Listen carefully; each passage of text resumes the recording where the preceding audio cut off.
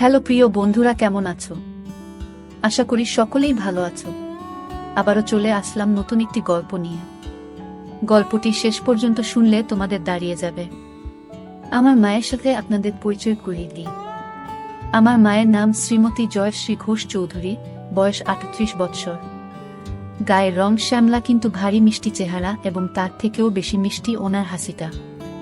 মায়ের মনটা ভারী সরল, তবে বুদ্ধি তীক্ষ্ণ। কিন্তু যত বুদ্ধি সব বাইরের জগতের ক্ষেত্রে।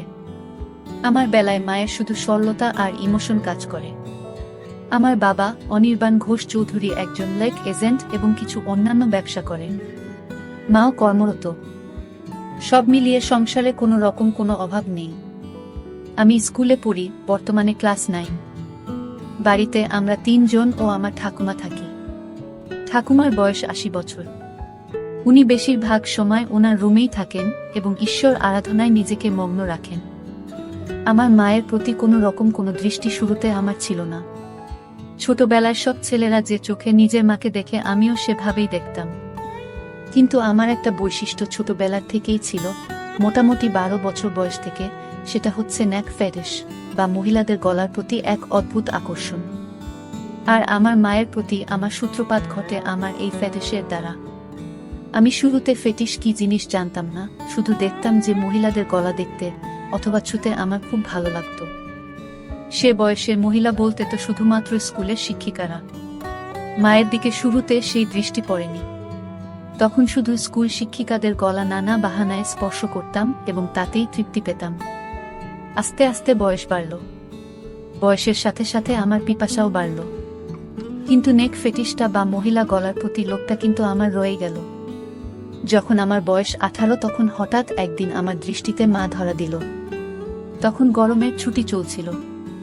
আমি বাড়িতে, বাবা বাইরে কাজে গেছেন, ঠাকুমা নিজের রুমে নিজের মনে আছেন, এবং মায়েরও কোনো কারণে অফিস ছুটি, তাই মা ও বাড়িতে।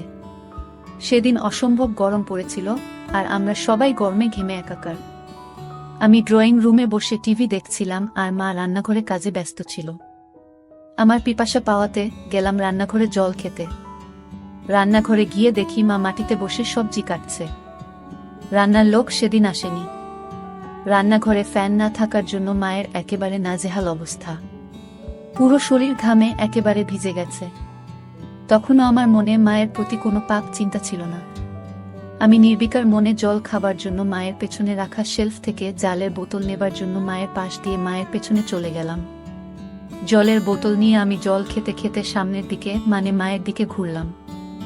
মা আমার ঠিক সামনে বসে সবজি কাটছিল, আর আমি একদম মায়ের পেছনে। আমাদের রান্নাঘরটা ছোট। মায়ের কাছাকাছি দাঁড়ানো সত্ত্বেও এর আগেই কোনোদিন কোনো পাপ চিন্তা আমার মনে আসেনি। কিন্তু সেদিন জল খেতে খেতে হঠাৎ কি মনে হলো, একবার নিচে মায়ের দিকে তাকালাম। দেখে আমি আর থাকতে পারলাম না। অনুভব করলাম আমার ওটা দাঁড়িয়ে পড়েছে। সেদিনই তখন জীবনে প্রথমবার আমার মনে আমার মাকে নিয়ে লোভ জন্মালো। আমি ভাবতে থাকলাম, আমি আমার স্কুল শিক্ষিকাদের ক্ষেত্রে যেরকম বাহানা দিয়ে ওনাদের স্পর্শ করতাম, সেরকম একটা বাহানা করতে থাকলাম মনে মনে। একসময় আমি মাকে বলে উঠলাম, মা মা বল কি হয়েছে? মা তোমার গলায় কি একটা আছে?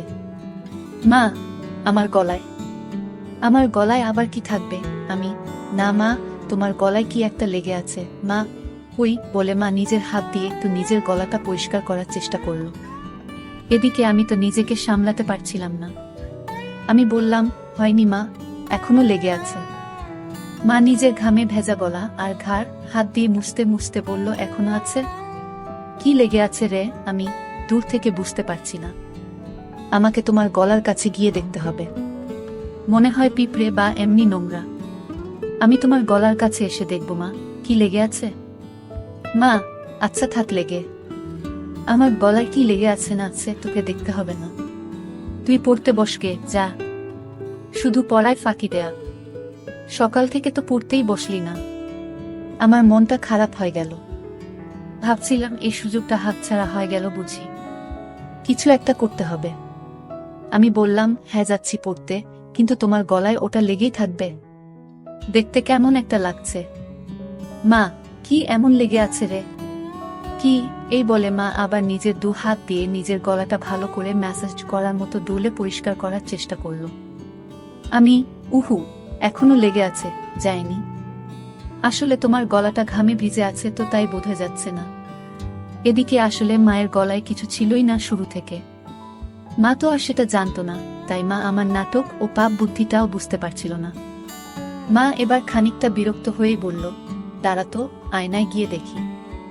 আমি ভাবলাম, যা সর্বনাশ, আয়নায় দেখলে তো মা বুঝে যাবে যে মায়ের গলাতে কিছু লেগে নেই আর আমার কার্যসিদ্ধি হবে না। সাথে সাথে আমি বলে উঠলাম, মা আমি তোমার গলাটা পরিষ্কার করে দেব। তুমি আবার কেন উঠবে মা? আচ্ছা ঠিক আছে দে, কিন্তু তাড়াতাড়ি করে পড়তে যা, কোনোরকম কোনো ফাঁকিবাজি না। আমি তো এই কথা শুনে মহা আনন্দে মনে মনে লাফাচ্ছি। আমি মায়ের একেবারে সামনে গিয়ে হাঁটু গেড়ে বসলাম। বললাম, দেখি মা, একটু গলাটা উঁচু করো, মানে একটু উপর দিকে তাকাও।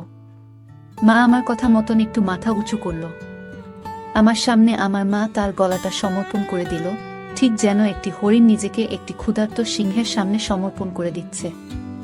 মায়ের গলায় কোনো তিল নেই, তবে দেখলাম মায়ের ডান ঘাড়ে একটা ছোট্ট বাদামি তিল আছে।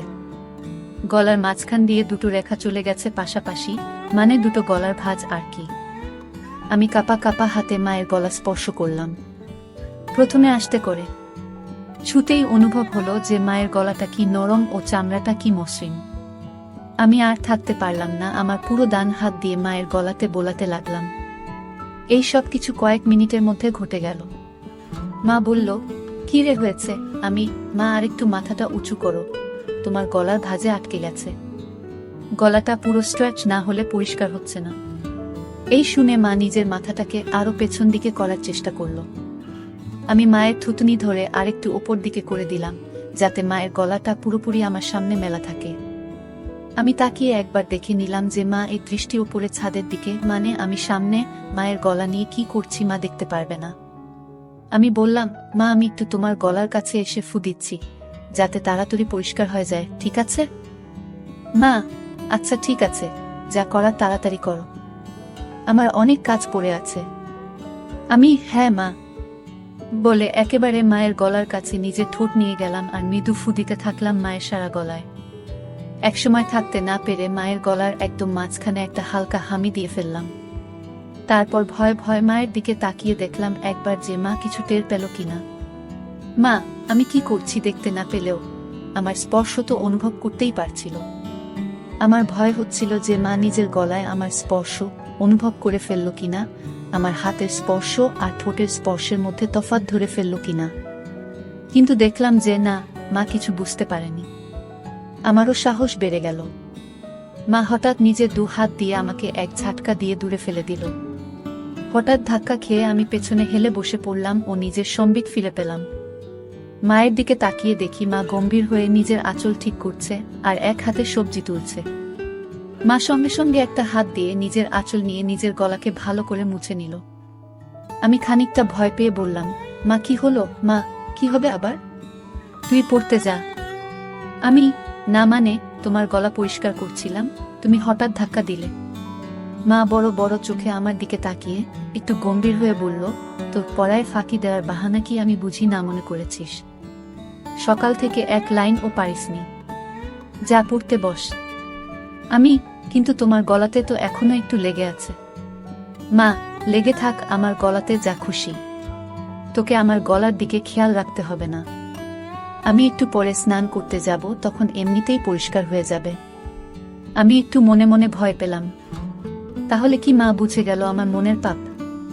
এই ভাবতে ভাবতে আমি আস্তে আস্তে মুখ নিচু করে চলে যেতে লাগলাম। তখনই মা আমার পেছন থেকে মিষ্টি গলায় বলে উঠল, কষ্ট পাসনে বাবা, আমি তো তোর ভালো জন্যই বলি। আমি বুঝি তোর বয়সে পড়তে ইচ্ছে না হওয়াটাই স্বাভাবিক, মন শুধু ফাঁকি দিতে চায়। কিন্তু বাবা, পড়াশোনা না করলে তো ভবিষ্যৎ অন্ধকার। আমার আর বুঝতে বাকি রইল না যে আমার অতীব সরল মা আমার মনের ভেতর কি পাপ চলছে তা একটুকু বুঝতে পারেনি। আমি নিশ্চিন্ত হয়ে বললাম, মা সরি, তুমি চিন্তা করো না, আমি ভালো করে পড়াশোনা করব।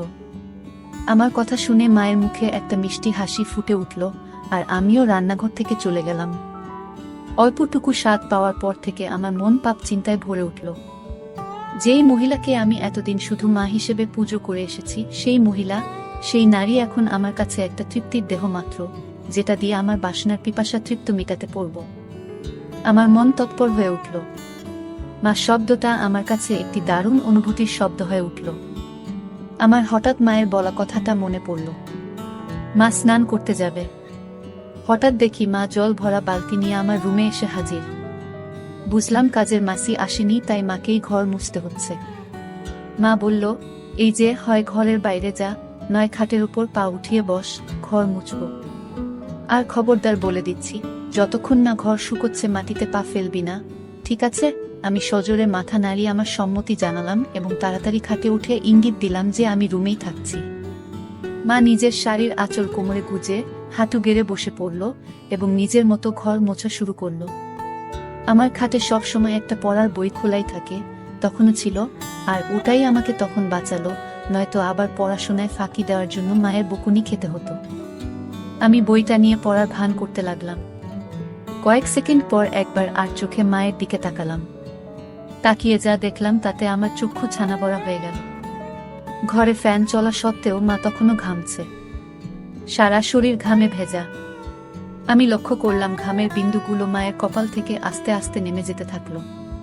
একটু পরেই মায়ের ঘর মোছা হয়ে যাবে আর মা ছাদে যাবে কাপড় মেলতে। আজকে ছুটির দিন, তাই নিশ্চয় মা প্রচুর কাপড় ধুয়েছে এবং তাই বেশ সময় লাগবে কাপড় মেলতে। ঠাকুমাকে নিয়ে চিন্তা নেই, উনি শুধুমাত্র সন্ধে বেলা একটু ঘর থেকে বেরোন।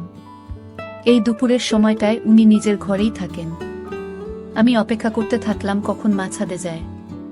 একসময় মা হাত পারল, রুদ্র, আমি ছাদে যাচ্ছি, ঘরের দিকে নজর রাখিস।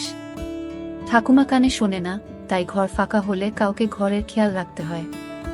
যাই হোক, আমি যে সুযোগের অপেক্ষায় ছিলাম সেটা পেয়ে গেলাম। আমার পকেট স্ক্রু ড্রাইভার আর পকেট হাতুড়ি নিয়ে আমি চললাম মায়ের বেডরুমের দিকে। মায়ের বাথরুমের দরজাটাকে দুপাশ থেকেই ভালো করে পর্যবেক্ষণ করলাম। প্রথমবারে কোনো ফুটো পেলাম না। মনটা একটু খারাপ হলো। এই ভারী কাঠের দরজায় তো আর এই পলকা দিয়ে এত কম সময় নতুন করে ফুটো করা যাবে না। কিন্তু আমি আবার বিশ্বাস নিয়ে খোঁজ শুরু করলাম। অবশেষে দেখলাম যে দরজার ভেতর দিক থেকে একটা ছিদ্র শুরু হয়েছে, কিন্তু সেটা এখনো এপার ওপার হয়নি। আমি সঙ্গে সঙ্গে আমার হাতিয়ার দিয়ে ফুটোটাকে বড় এবং সম্পূর্ণ করতে লেগে গেলাম। সফল হওয়ার পর ফুটো দিয়ে দেখলাম যে পুরো বাথরুমের ভেতরটাই পরিষ্কার দেখা যাচ্ছে। আমি আনন্দে আত্মহারা হয়ে উঠলাম।